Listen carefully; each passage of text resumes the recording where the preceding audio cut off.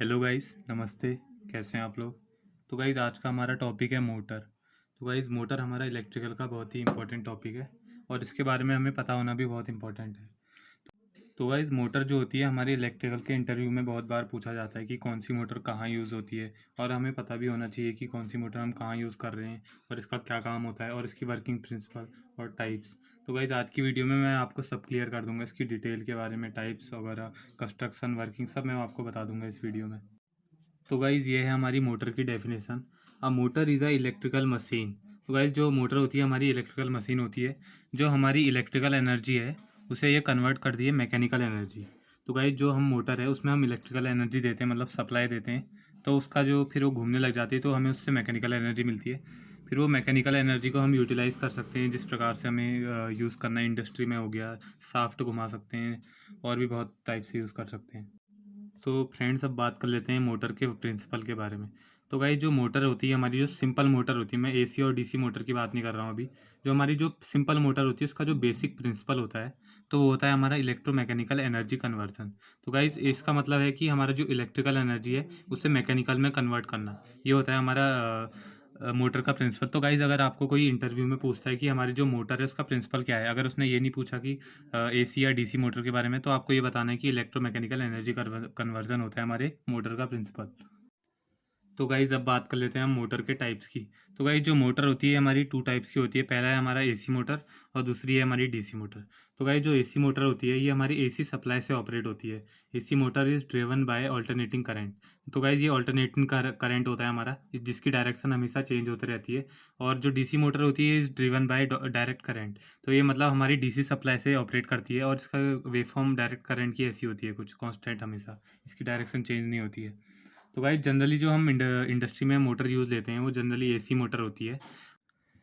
तो guys AC motor जो होती है हमारी टू टाइप्स में क्लासिफाइड रहती है। पहला है हमारा इंडक्शन मोटर और दूसरा है हमारा सिंक्रोनस मोटर। तो गाइज़ इंडक्शन मोटर तो हम जनरली यूज़ करते हैं, आपको पता ही होगा, और दूसरा है हमारा सिंक्रोनस मोटर। ये मोटर हम जनरली जहाँ हमें कांस्टेंट स्पीड चाहिए या फिर हमें सिंक्रोनस स्पीड चाहिए वहाँ हम इसका यूज़ करते हैं। जैसे हमारा पावर प्लांट हो गया, वहाँ हमें पीएफ वगैरह बढ़ाना है, पावर फैक्टर वगैरह, तो हम कैपेसिटर ना यूज़ करके इस मोटर को यूज़ करते हैं। और गाइस जो इंडक्शन मोटर होती है ये सिंगल फेस इंडक्शन मोटर और थ्री फेस इंडक्शन मोटर होती है। तो वह सिंगल फेस इंडक्शन मोटर में सिंगल फेस का सप्लाई का यूज़ करते हैं, एसी सप्लाई का, और थ्री फेस इंडक्शन मोटर में थ्री फेस एसी सप्लाई का यूज़ होता है, आरवाईबी का। तो गाइस जो ये थ्री फेस इंडक्शन मोटर होती है ये हमारी फर्दर क्लासीफाई रहती है स्क्विरल केज मोटर और स्लिप रिंग मोटर में। तो गाइस जो स्क्विरल केज मोटर होगी ये जनरली हमारी इंडस्ट्री में सबसे ज़्यादा यूज़ होने वाली मोटर होती है, क्योंकि इसकी जो मेंटेनेंस है, कॉस्ट है और रनिंग कॉस्ट है, और इसमें जितना भी हमारा एक्सपेंस है मतलब कम यूज़ होता है, और एफिशिएंसी भी इसकी काफ़ी हाई होती है, इसलिए हम इस मोटर को सबसे ज़्यादा यूज़ करते हैं। और दूसरा है हमारा स्लिप रिंग मोटर। तो गाइस जो स्लिप रिंग मोटर होती है इसका जो टॉर्क होता है ये बहुत हाई होता है, जिसकी वजह से ये हमारी क्रेन में यूज़ करते हैं हम जनरली। और इस मोटर का यूज़ जनरली कम होता है, लेकिन जहाँ हमारे हाई टॉर्क की रिक्वायरमेंट है वहाँ इसका यूज़ किया जाता है सबसे ज़्यादा। और गाइस जो स्क्विरल केज मोटर होती है इसका जो रोटर होता है अंदर का, इन दोनों में बेसिक डिफरेंस यही है कि इसका जो रोटर होता है वो स्क्विरल केज का टाइप का होता है। मतलब स्क्विरल केज का मतलब है गिलहरी का पिंजरा टाइप का, और जो इसका रोटर होता है वो स्लिप रिंग टाइप का होता है। तो गाइस जो बेसिक डिफरेंस इनमें यही होता है, और इसमें जो है हम एक एक्सटर्नल रेजिस्टेंस को ऐड करके इसके टॉर्क को बढ़ा या घटा सकते हैं। पर इसमें ऐसा नहीं है, इसमें जो है फिक्स रहता है, अंदर से जो कंस्ट्रक्शन है इसकी वो फिक्स है, इसको हम कुछ छेड़ नहीं सकते हैं। तो गाइज़ अब इनके यूजेस के बारे में बात कर लेते हैं। और इंडक्शन मोटर तो हमारी, ये आपको मैंने बता ही दिया कि मोस्ट कॉमन मोटर है, मतलब बहुत सबसे कॉमन मोटर ये होती है। और सिंक्रोनस मोटर हमारी जनरली पावर फैक्टर जहाँ हमें कांस्टेंट स्पीड चाहिए वहाँ हम इसका यूज़ लेते हैं। तो गाइज़ जो सिंगल फेस इंडक्शन मोटर होती है ये जनरली हमारे घर में यूज़ होती है। जो हम पानी हानी चढ़ाते हैं मोटर से, वो वाली मोटर को हम सिंगल फेस इंडक्शन मोटर कहते हैं, जो हम सिंगल फेस सप्लाई दे रहे हैं। और गाइस जो थ्री फेस इंडक्शन मोटर होती है जिसमें थ्री फेस सप्लाई देते हैं वो हमारी जनरली इंडस्ट्री में हम यूज़ सबसे ज़्यादा यूज़ करते हैं इस मोटर को। और गाइस जो ये हमारी स्क्विरल केज मोटर होती है ये जनरली हमारी इंडस्ट्री में सबसे ज़्यादा 95% जो मोटर होती है वो यही यूज़ होती है हमारी। तो जितने भी हमारी इंडस्ट्री में काम होते हैं वो इसी मोटर के द्वारा होते हैं। और जो स्लिपिंग मोटर होती है जनरली ये हमारी क्रेन्स में यूज़ होती है, होइस्ट में यूज़ होती है, जहाँ हमें हाई टॉर्क की रिक्वायरमेंट है। तो फ्रेंड्स अब बात कर लेते हैं हम डीसी मोटर के टाइप्स के बारे में। तो भाई डीसी मोटर हमारे दो टाइप्स की होती है। पहला होता है हमारा सेपरेटली एक्साइटेड डीसी मोटर और दूसरा होता है हमारा सेल्फ एक्साइटेड डीसी मोटर। को तो गाइस जो ये हमारी सेपरेटली एक्साइटेड डीसी मोटर होती है, इसमें हम अलग से एक्साइटेशन देते हैं डीसी वोल्टेज सोर्स का, मतलब अलग से इसको करंट से प्रोवाइड करते हैं हम डीसी वोल्टेज सोर्स से। और जो सेल्फ एक्साइटेड होती है इसमें जो आर्मेचर के साथ कनेक्ट रहता है हमारा फील्ड जो होता है, और ये फर्दर हमारी क्लासीफाई रहती है डीसी शंट, डीसी सीरीज और डीसी कंपाउंड मोटर। अब इनके यूज़ के बारे में बात कर लेते हैं हम।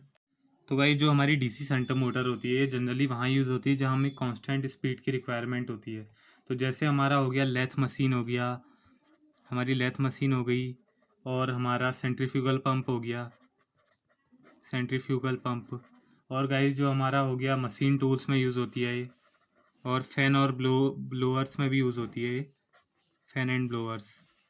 और गाइस जो ये डीसी सीरीज़ मोटर होती है ये जनरली हम वहाँ यूज़ करते हैं जहाँ हमें टॉर्क की रिक्वायरमेंट हाई होती है। इसका भी जो टॉर्क होता है ये बहुत हाई होता है, तो इसलिए हम इसे जनरली ट्रॉलीज हो गया, क्रेन्स हो गए,